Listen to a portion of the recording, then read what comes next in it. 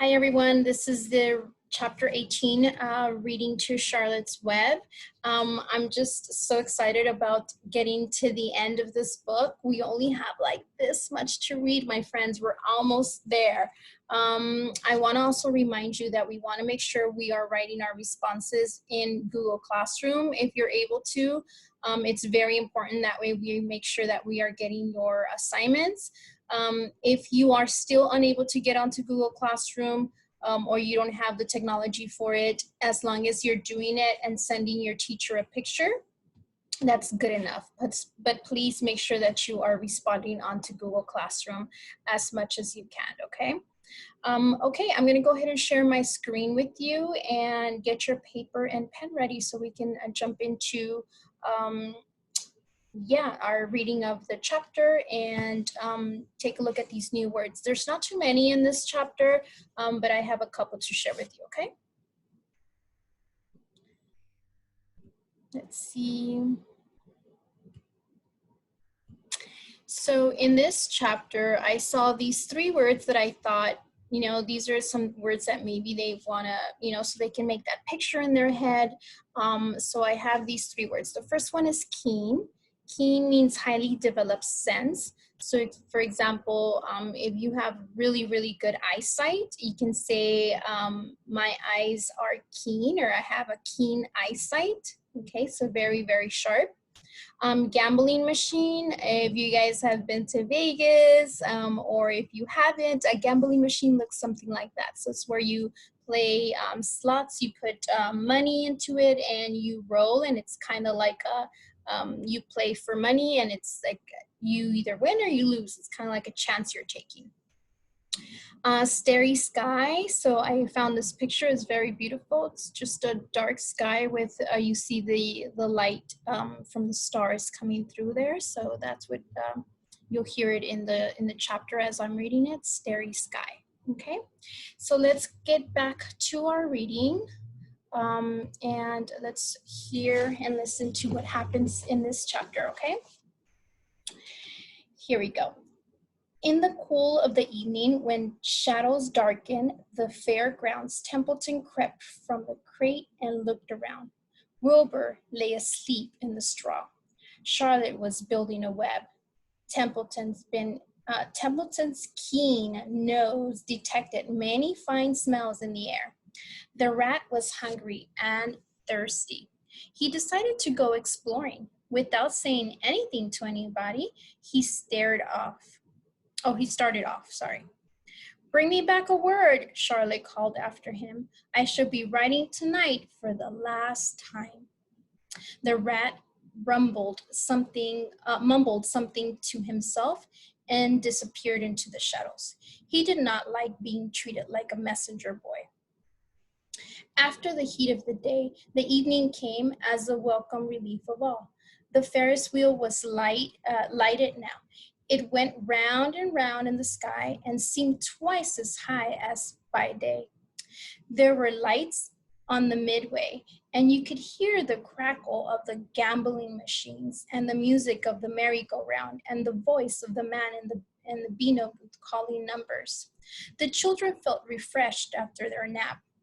Fern met her friends Henry Fuzzy, and he invited her to ride with him in the Ferris wheel. He even bought a ticket for her, so it didn't cost her anything. When Miss Arabelle happened to look up into the starry sky and saw her little daughter sitting with Henry Fuzzy and going higher and higher into the air, and saw how happy Fern looked, she just shook her head. My, she said, Henry Fuzzy, think of that. Templeton kept out of sight. In the tall grass behind the cattle barn, he found a folded newspaper. Inside it were leftovers from somebody's lunch. A deviled ham sandwich, a piece of Swiss cheese, part of a hard-boiled egg, and a core of a warm apple. The rat crawled in and ate everything. Then he tore a word out of the paper, rolled it up, and started back to Wilbur's pen. Charlotte had her web almost finished when Templeton returned, carrying the newspaper clipping. She had left a space in the middle of the web. At this hour, no people were around the pig pen, so the rat and the spider and the pig were by themselves. I hope you brought a good one, Charlotte said. It is the last word I shall ever write. Here, said Templeton, unrolling the paper. What does it say? Asked Charlotte. You'll have to read it for me. It says humble, replied the rat. Humble? Said Charlotte. Humble has two meanings. It means not proud, and it means near the ground. That's Wilbur all over. He's not proud, and he's near the ground. Well, I hope you're satisfied, sneered the rat. I'm not going to spend all my time fetching and carrying. I came to this fair to enjoy myself, not to deliver papers. You've been very helpful, Charlotte said. Run along if you want to see more of the fair. The rat grinned. I'm going to make a night of it, he said. The old sheep was right. This fair is a rat's paradise.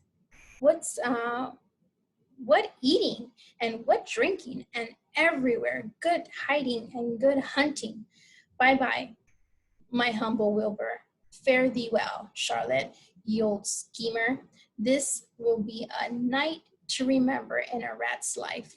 He vanished into the shadows. Charlotte went back to her work. It was quite dark now. In the distance, fireworks began going off.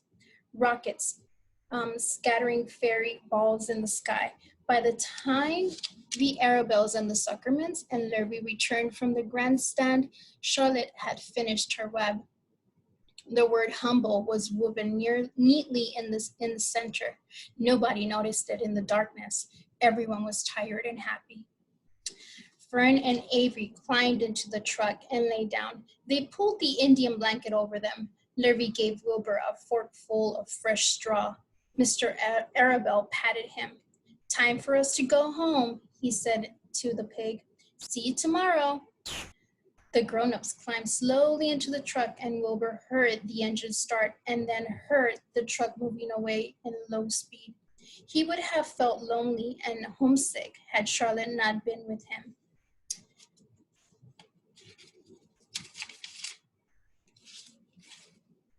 He never felt lonely when she was near. In the distance, he could still hear the music of the merry-go-round. As he was dropping off to sleep, he spoke to Charlotte. Sing me that song again about that dung and the dark, he begged. Not tonight, she said in a low voice. I'm too tired. Her voice didn't seem to come from her web. Where are you? Asked Wilbur. I can't see you. Are you on your web? I'm back here, she answered, up in the back corner. Why aren't you on your web? Asked Wilbur. You almost never leave your web. I left it tonight, she said. Wilbur closed his eyes. Charlotte, he said after a while, do you really think Zuckerman will let me live and not kill me when the cold weather comes? Do you really think so? Of course, said Charlotte. You are a famous pig, and you're a good pig.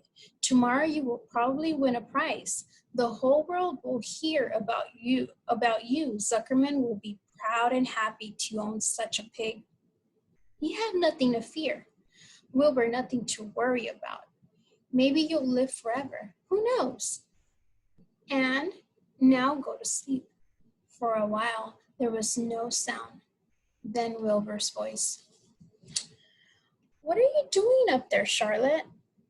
Oh, making something, she said. Making something as usual. Is it something for me? Asked Wilbur. No, said Charlotte. It's something for me. For a change. Please tell me what it is, begged Wilbur.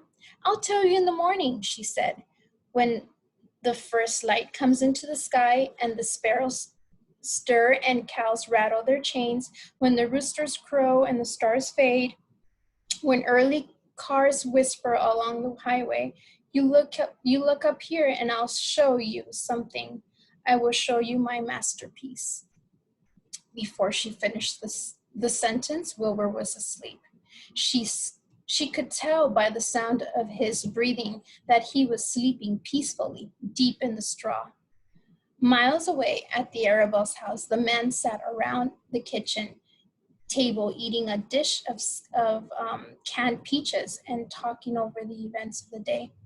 Upstairs, Avery was already in bed and asleep. Miss Arabelle was tucking Fern into bed. "Did you have a good time at the fair?" she asked. She kissed her daughter. Fern nodded. "I had the best time ever I had anywhere or any time in all of my whole life." "Well," said Miss Arabelle, "isn't that nice?" That was the end of our chapter, my friends. Okay, so I want you to pause and think. There's something that Charlotte is saying in this chapter, and I want us to really think about what she's saying. So in our slide that I'm going to share with you, it's I guess it would be like a prediction, but it's also a question about what you think Charlotte means when she says, okay?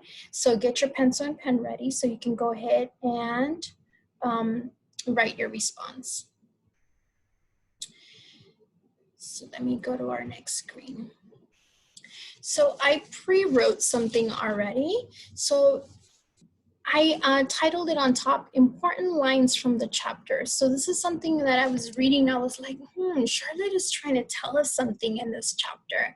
I'm going to see if our friends who are listening to this book can figure it out or listening to this chapter. So Charlotte says, "I shall be writing tonight for the last time." Do you remember she tells this to Templeton? She says, "I shall be writing tonight for the last time." Why do you think she says this? I want you to go ahead and pause the video and think, why do you think Charlotte says, "I will be writing tonight for the last time"? Okay, go ahead and pause.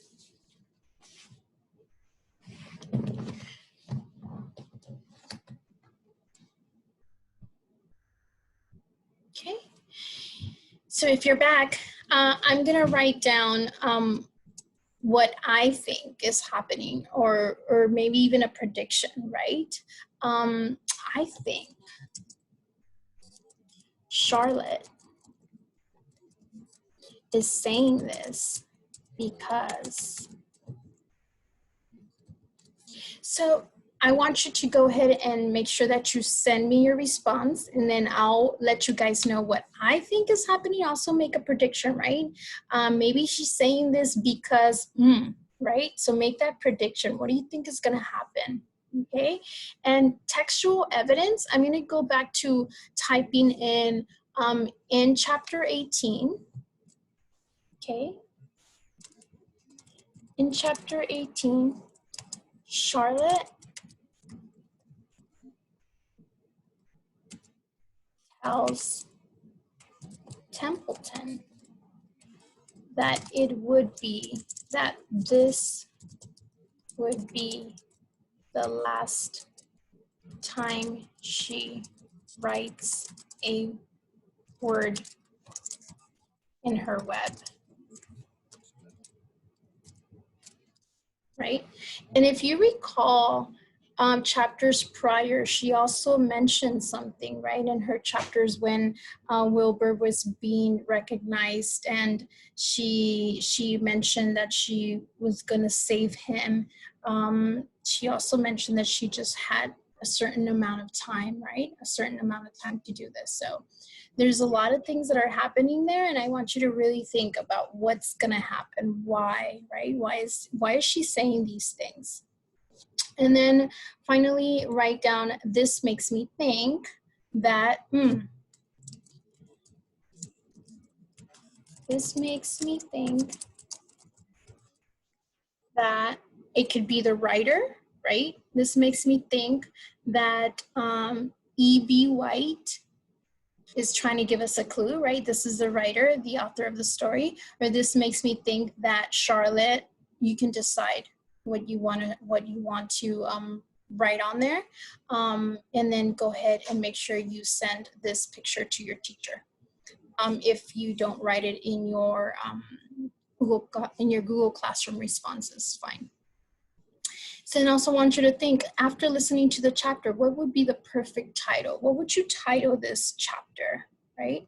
I would title this chapter because, okay?